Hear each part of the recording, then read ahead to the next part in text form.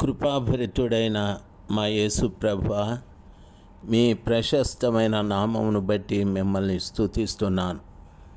తండ్రి, ఎంతోమంది బిడ్డలు వాక్యాన్ని వింటున్నారయ్యా. వారిని, వారి కుటుంబంలో ఉన్న బిడ్డలందరినీ కూడా రక్షించండి. విశ్వాసంలో వారిని స్థిరపరిచి బలపరచండి. మీ ఆత్మచేత వారిని అభిషేకించండి. మహోన్నతుడైన దేవ, సర్వాధికారి అయిన మా ప్రియ పరలోకపు తండ్రి, మీ పవిత్రమైన పాదాలకు స్తోత్రాలు. తండ్రి, ఎంతోమంది బిడ్డలు మా కొరకు ఇమ్మాన్యుయేల్ పరిచర్యల కొరకు ప్రార్థిస్తున్నారయ్యా. ఎంతోమంది బిడ్డలు ఉపవసిస్తున్నారు. ఎంతోమంది బిడ్డలు కానుకలు పంపుతున్నారు స్వామి. దయచేసి వారందరినీ కూడా మీ బంగారు పాదముల దగ్గర ఉంచి ప్రార్థిస్తున్నాను స్వామి. బిడ్డలను మీరు దీవించండి. బిడ్డలపైన మీ కృప చూపెట్టండి. ఏ బిడ్డ నష్టపోకూడదు నాయన. వారు చేసిన ప్రార్థనకు ప్రతిఫలంగాను, వారిచ్చిన కానుకలకు ప్రతిఫలంగాను వారిని, వారి బిడ్డల్ని దీవించమని ప్రార్థిస్తున్నాను. తండ్రి, మీరెంతైనా నమ్మదగిన దేవుడు. ఎంతోమంది బిడ్డలు ఉద్యోగం కొరకు వెతుకుతున్నారు. సజీవ్ అనేటటువంటి బిడ్డ కుమారుడు కూడా ఉద్యోగం కొరకు ప్రయత్నం చేస్తున్నాడు. తండ్రి, దయచేసి ఆ బిడ్డకు కూడా మీరు చక్కటి ఉద్యోగాన్ని ఇచ్చినందుకే స్తోత్రాలు. సమస్త ఘనత మహిమలు మీకే. యేసు నామంలో ప్రార్థిస్తున్నాను తండ్రి. Amen, amen.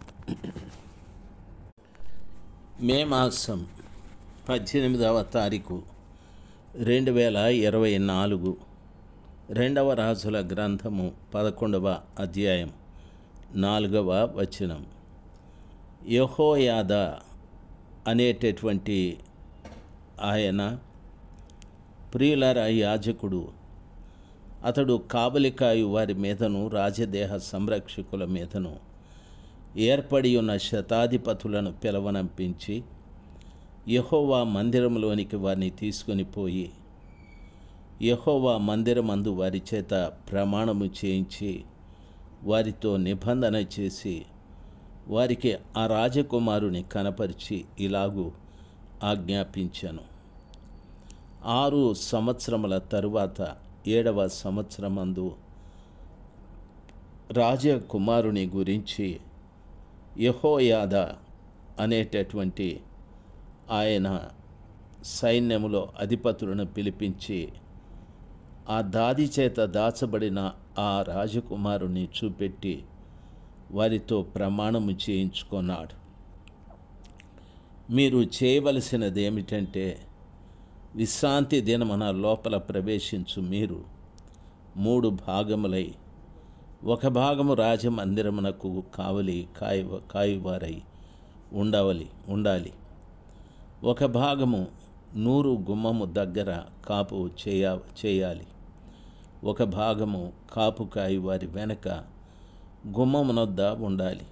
ఈ ప్రకారము మందిరమును భద్రపరచుటకై మీరు దానిని కాచుకొని ఉండవలెను అని చెప్పాడు. వింటున్న దైవ జనాంగమా, దయచేసి గమనించాలి. ఇక్కడ కాస్త మనము ఆత్మీయంగా ఆలోచన చేద్దాం. ఏమిటంటే, దేవుని మందిరములో దాది చేత భద్రపరచబడిన ఆ రాజకుమారుడు గూర్చి యెహోయాదా ఇప్పుడు సైన్యములో అధిపతులను పిలిపించి మందిరములో వారితో ప్రమాణము చేయించుకొని వారికి ఆ రాజకుమారుని చూపెట్టి ఈ రీతిగా చెప్పాడు. ఆమెన్.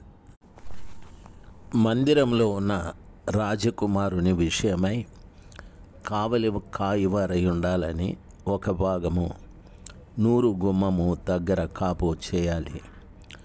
ఒక భాగము కాపు వారికి వెనుక గుమ్మము దగ్గర ఉండాలి. ఆ రీతిగా 3 ప్రాంతాలలో కావలి వారిని ఉంచాడు. దేవుని పిల్లలైన మనము ఆలోచించవలసిన విషయం, దేవుని వాక్యం సెలవిచ్చిన రీతిగా మనమందరం కూడా రాజకుమారులమే, రాజకుమార్తెలమే. బైబిల్ ఈ రీతిగా సెలవిస్తుంది, మీరు ప్రత్యేకింపబడిన వంశమును, రాజులైన యాజక సమూహము అని చెప్పారు. కాబట్టి క్రీస్తుని స్వంత రక్షకుడుగా అంగీకరించిన ప్రతి బిడ్డ లోకంలో నుండి ప్రత్యేకించబడ్డారు. యాజకులుగా, రాజులుగా ప్రత్యేకించబడ్డారు. ప్రత్యేకతని కాపాడుకొని మనం జీవించాలి. అయితే ఆ రాజకుమారుని దాది మందిరంలో 6 సంవత్సరములు భద్రపరిచినట్లుగా మనము కూడా దేవుని మందిరంలో భద్రపరచబడాలి. ప్రతి దైవ సేవకుడు ఒక దాదిలాగా ఒక విశ్వాసిని కాపాడు విషయంలో పరిచర్య చేయాలి.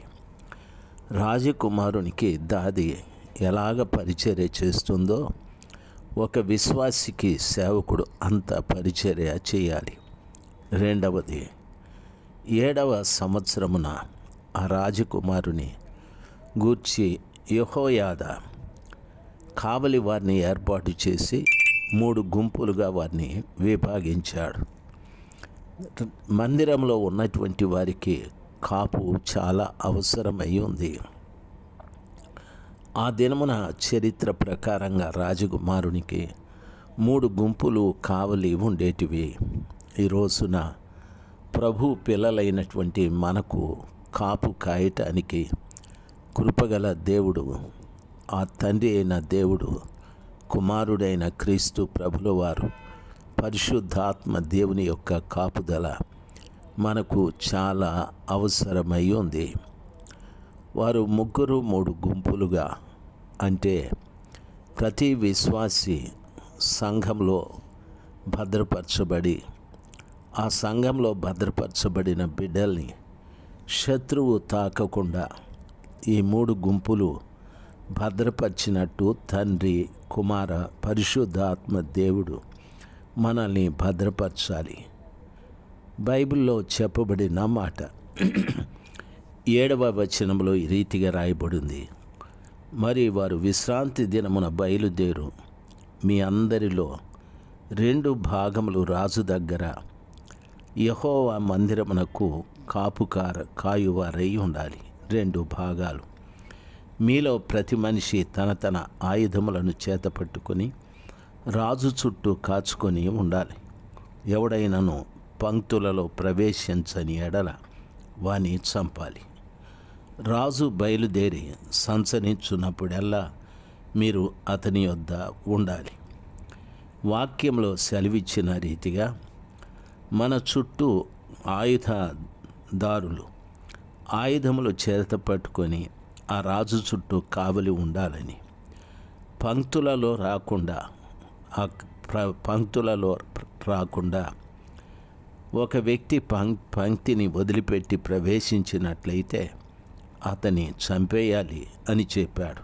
అంటే పంక్తి అంటే క్రమం, పంక్తిలో రానివాడంటే క్రమం లేనివాడని అర్థం. ఈ రోజున చాలా మట్టుకు క్రమం లేని తనమే ఎక్కువైపోతూ ఉంది. క్రమం ఎక్కడ కనిపించలేదు. చాలా స్థలాలలో క్రమం లేని పద్ధతులే కనిపిస్తూ ఉన్నాయి. శతాధిపతులు యాజకుడైన యెహోయాదా తమకిచ్చిన ఆజ్ఞలన్నిటి ప్రకారము చేసిరి. శతాధిపతులు అంటే 100 మందికి అధికారులు అని అర్థం. ప్రతి మనిషి తన మనుషులను తీసుకొని విశ్రాంతి దినమున లోపల ప్రవేశింపవలసిన వారితోనూ, విశ్రాంతి దినమున బయలుదేరవలసిన వారితోనూ కలిసి యాజకుడైన యెహోయాదా యొద్దకు వచ్చెను. యాజకుడు మందిరంలో ఉన్న దావీదు ఈటెలను, డాళ్లను శతాధిపతులకు అప్పగింపగా కాపుకాయి వారిలో ప్రతి మనిషి తన ఆయుధములను చేతపట్టుకొని బలిపీఠము చెంతను, మందిరము చెంతను, మందిరము కుడి కొన మొదలుకొని ఎడమ కొన వరకు రాజు చుట్టూ నిలిచిరి.